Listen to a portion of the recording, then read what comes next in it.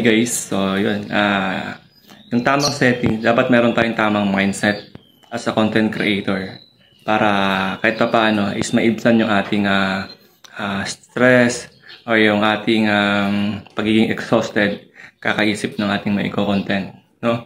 Kasi dito, once na meron kang mindset, meron kang plan, meron kang tawag dito yung flow, kung ano yung ginagawa mo. Dapat meron kang direction or meron kang time frame doon sa iyong mga ilalagay na content sa araw-araw. Kasi once na hindi ito nakaplano mga idol, tatama rin ka na or mawawalan ka na ng gana kasi walang direction, walang focus yung ating mindset ito sa pagko-content sa ating Facebook, di ba? So pinasok na natin 'to.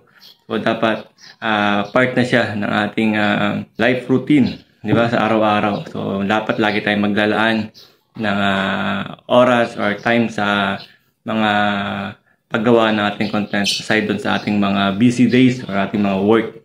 So yun lang naman kasi alam ko marami diyan na nawawalan ng gana or tinatamad na kasi aside dun sa wala namang views or walang nadadagdag na mga followers is nahihirapan pang gumawa ng content.